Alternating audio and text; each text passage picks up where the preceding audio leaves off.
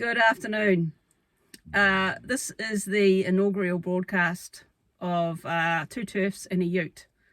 We've been struggling with what to call it, and that's what we've come up with because that's basically what we are today. So I'm Suzanne Levy from Speak Up for Women, and with me is Tania from Women Act Up, and I thought you were from more places than that. I am. Being quiet. Being quiet and humble. Okay. Yeah. But together we have formed Turn Up for Women, which is a bit of a collaboration between Women Act Up and Speak Up for Women. And we've been holding some events, and we've had a couple in Wellington, encouraging people to come out and turn up for women. Not encouraging people to come out, but if you want to do that, that's absolutely fine as well. Yeah. We support you. Do it on the mic, that's what I say. Do it on the mic. Go hard. Yeah. Yep. So the next opportunity to turn up is going to be in Nelson on July the 22nd at 12:30 on the cathedral steps, which apparently if you live in Nelson, you will know exactly where the cathedral steps are. We don't live in Nelson, so it's going to be a bit of a surprise for us. Yep. It's going to rock though. There's a lot of interest down there, and so far not a lot of interest from the counter protesters, so that's a little bit encouraging. I think it's going to be a really cool day, so come on out. We want to hear your voices. It'll be great. We do want to hear your voices. There'll be an opportunity to speak. There'll be an opportunity to have a chat with us if you want to. Bring some banners, bring yourselves, bring your friends, bring your supporters. It's not just for women, it's for people who want to turn up to support women. We'll have a PA system and a banner, and you'll see us there at 12:30 on July the 22nd. So cool. Yeah, looking forward to it. We're planning an event for Christchurch as well. Yep. For September. It'll be a similar format to the Nelson event, whatever that is. And we'll obviously post details about that as they become available. But it'll be a weekend somewhere public in the middle of Christchurch. Yeah, that will be fun. Yeah, that will be fun. Christchurch will be interesting. Yeah, it will. Yeah. We've got something going on in Auckland in August that will be run slightly differently, and it will be more of a private event, but that's going to be cool too. Got high hopes for that one as well. Yep, and we'll both be at that one as well. And I'm especially looking forward to getting up to Auckland and meeting some Auckland TERFs, some Auckland Speak Up for Women. Yep. It'll be excellent. Now, Tania, you are involved with the Women's Rights Party. Do you want to have a quick spiel about the Women's Rights Party? We are very, very, very close to going to register with the Electoral Commission, and everything is going really quite well. Jill Ovens is doing some amazing work behind the scenes and with press releases, and we've got amazing policies. I know you all want to join. I know you all want to be members and have someone to vote for. We really want to work on this. This is one of the ways that we can get this fight under control, if you like. It's one way that we can get some understanding of what's going on in the political sphere. We do need to address that. And we want our voices heard in politics. We're just getting shut down a lot. Still, we're getting shut down a lot. So if we can get in there and start actually having an impact, that will be really, really great. It sounds like it will give a lot of women something to vote for, especially people who maybe weren't going to vote at all. Yeah, absolutely. Definitely. And we've got a lot of support that we're not aware of. I mean, two of us are involved in the activism side of stuff, but there's an awful lot of people just in the general public that agree with us. They're just not sort of standing up and talking about it like we've done or some of the others have done.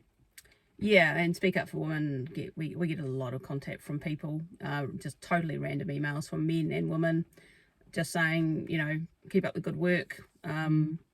Kind of agreeing with what we're doing, and most people unfortunately can't speak up. They have issues with their employers, etc. So it's good to be able to do that, and it's good to be able to give women an opportunity to turn up and speak if they do want to. And I think since the Let Women Speak events, we've been contacted by a lot of women who do want to get in front of a mic and let rip. Yeah, that's right. And Women Act Up is got men and women in it. And there are men who want to talk to. There are men absolutely horrified at what happened in March, and they want a place to speak as well. So Turn Up does allow men to speak. We do ask that they wait till the end, because it's a woman-focused event. But yeah.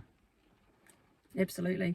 And just talking about politics with the Women's Rights Party, one of the things Speak Up for Women is doing, and obviously we're politically neutral, but we're encouraging women to get out there to candidate meetings, which there will be. I think now that we've sort of passed the 100 days before the actual election, there's a lot more campaigning that will start, and pretty much every electorate will be having, small or large meetings where you can go along and meet the candidates for your electorate, and you can ask questions. And we've formulated some kind of simple, clear, straightforward questions that, if you can't think of your own question, you can ask. And we've got some little cards that we're distributing that sort of have those questions on them, and you're welcome to email us and ask for them. We'll pop up an email address and a picture of the card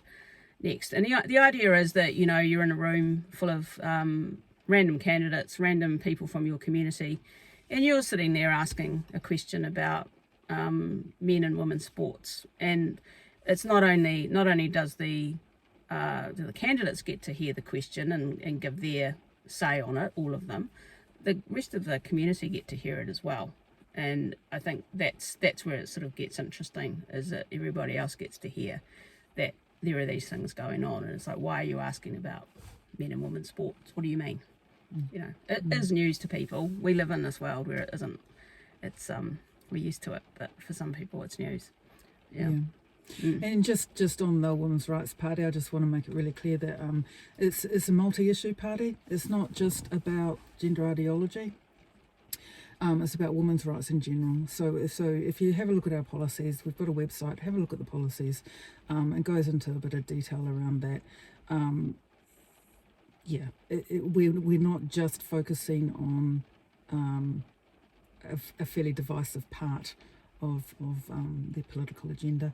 So have a look, see if it suits you. I'd love to hear from you. So Tania, you're also involved with Standing for Women. And in fact, you are the kind of Standing for Women in New Zealand, really, aren't you? I like to say that I'm sort of adminning Standing for Women New Zealand. It's Kelly J's group, and it's a global organisation, and she's the representative of her own group. So I do the admin side of it here, and I liaise with her around things like advertising, press releases, that sort of stuff. We do have a membership option if anyone did want to take a bit more of a part in Standing for Women New Zealand. There's the ability to do so through the Standing for Women website. We're just, it's only just started up, so we're just sort of starting slowly, feeling our way through it. And you've got a shop though? Got a shop? Yep. Yep, we've got some merchandise from Kelly J's store, and it's ready to go. Yeah, what do you got? Stickers and t-shirts and all of that kind of stuff. Yeah, I got this cool pin. It says "Let Women Speak," and there's this really awesome t-shirt with a Diamante New Zealand flag on it. That's actually really cool. It's hard to get a decent picture of that, but it's really cool. Is that the one in the suffragette colours? Yeah, in the suffragette colours. Yeah, sorry, that is a very cool one. I want one of those. Yeah. Yeah. So, I think you can find the New Zealand store through the Standing for Women. You can. Main site. There's like an option to go to New Zealand, I think. Yeah. So they've got America, Australia, New Zealand, Europe, and England on there. Okay. So back to sort of Kelly J and Let Women Speak, can you update us on what's happening with the tomato juice thrower, who I just can't help but call Rumpelstiltskin? I know I'm not supposed to, but you know. Well, I struggle to mention that person at all without using the pronouns I want to use. Okay, that person is he was meant to turn up for a case review hearing earlier this month, and the lawyer applied for dismissal of charges. So that case review hearing was cancelled effectively, and the hearing itself will be put out until the 20th September for hearing about the dismissal. Now, my understanding is that it may not be successful. I certainly hope it won't be successful. I think this needs to go to trial if that person is going to double down and plead not guilty, which could well happen. The defence will be something along the lines of how vulnerable they are. Are they still in New Zealand? Yep. Yep. Did they ever leave New Zealand? I don't think so. No, okay. Yeah. I don't think so. Yeah. Yeah, there's some interesting Photoshop videos, I think. Yeah, it did look like that. Yeah. And do you think if it goes to a proper trial, which you'll know, I guess, after September the 20th, you think Kelly J will come over for that? That's what she's mentioned.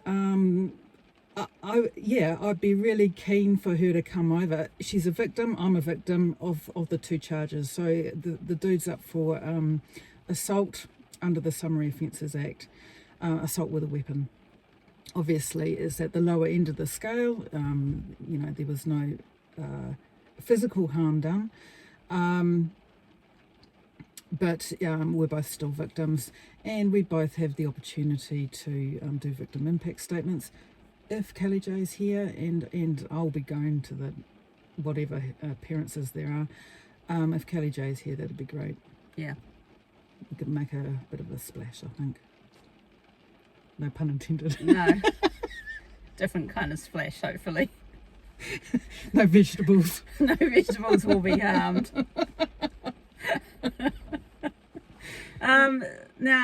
Yesterday, Spark, everybody's favourite telecommunications company, sort of really, I don't know, they did the dirty on us, really, didn't they? What do you think about that? I think, whatever. I mean, some idiot in the communications team has posted something stupid promoting Chanel Lau's attitude towards TERFs. I mean, TERF pride here. Yeah. Come on. Yeah. Just another letdown, another betrayal by another organisation that really should be thinking about half the human race, which are women, instead of supporting a misogynistic little worm. Yeah. Yeah. So they really should be just staying out of it. They didn't. Absolutely. They weren't required to comment. They weren't asked to comment. They kind of, took it upon themselves to add to the post, and then they doubled down. Yeah, but then didn't want to discuss it further, of course, because that fits in with the no debate stance. Yeah. I mean, I think some of these organisations really need to just stay in their lane. You're there to provide a service, you're there to make money, and you're there to gather customers to you. You're not there to take a political stance on something clearly you don't know very much about, and make a fool of yourselves, really. I mean, it will be interesting to see how this plays out. It will. So they've got themselves in a position where, I mean, I'd say whoever posted it wouldn't have had explicit permission to post that, Spark are going to have to deal with the consequences of that and how they deal with that staff member. It'll be interesting in how they deal with the customers who are actually contacting them about it, withdrawing their business, that kind of thing, and what whether they'll actually issue an apology or say that it shouldn't have happened or what have you.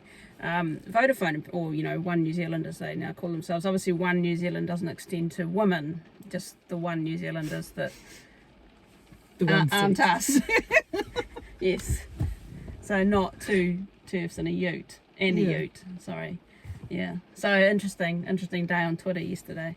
Yeah, I mean, it's getting a lot of traction, actually. A lot of people are speaking up about it.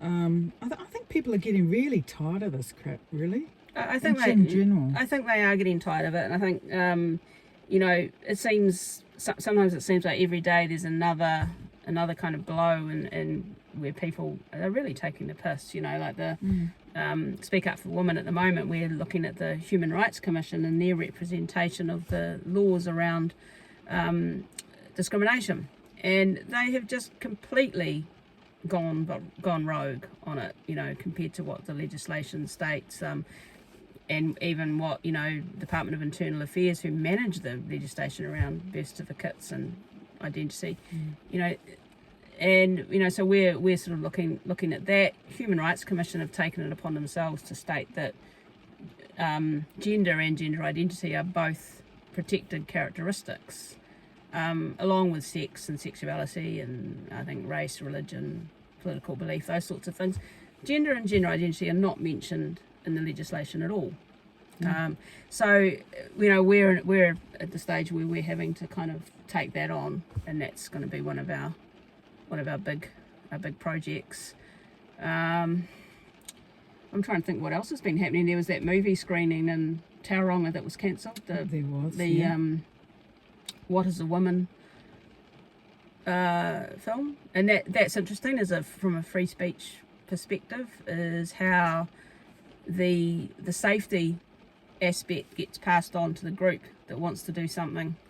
Like in that case, the council said that they'd have to up their security to a level that they simply couldn't afford, when they weren't going to be doing anyone any harm, but they anticipated that there'd be people coming along who would cause the sorts of disruptions that needed security guards and that kind of thing. So that's going to be interesting to see how that plays out. It sort of doesn't mean that you can't do anything that might incite someone else to behave badly. It's not really putting the something Chanel Lowell might want to hear about. Yeah. So it's all going to be pretty interesting. There's a lot happening, that's for sure. Yeah. So have you got any plans for that movie? Not for that movie. Maybe for another one. We like the because we've already got the shirts. We like the Adult Human Female movie, which is a British documentary. Which is, have you seen it? No, not that one. It's really good. It's about an hour and a half long. It's got some of our favourite people on it. I'm not going to ruin it for you, but it's a good film. And yeah, we'd like to look at putting that on in public somewhere. A council venue. Council venues are always good as a test. And yeah, we're interested in doing that. Cool. I think I'll be there. Yeah, that'd be really good. Okay. So I guess that's our first broadcast. It is. 2 TERFs in a ute. In the rain. Yeah, in New Zealand. In New Zealand in winter. And you'll be pleased to know that the ute is not moving. No, because look, we're not driving. It's not on autopilot. It's not on autopilot. But we'll be back. We're going to. I think we should do this when we're in Nelson. We won't have our ute, but we won't have the ute. But we will find something, a vehicle of some kind. Yeah. Maybe someone's got a Porsche down in Nelson. Yeah. So if we could do two TERFs in a Porsche, that would be excellent. We're not so keen on 2 TERFs in a Mini, or 2 TERFs in a Toyota Aqua. Or, what's that other little one that gets stolen all the time? The little Mazda. 2 TERFs in a Mazda Demio. That's not happening either. So, 2 TERFs in a Tesla. Yeah. Okay. Anyway, we'll leave it with you guys. If you want to get in touch and offer us your Nelson vehicle, then let us know. And yep. Otherwise, see you guys in Nelson. It's going to be a blast. It's going to be cool. It's going to be really good. We'll see you there. See Thanks. Ya.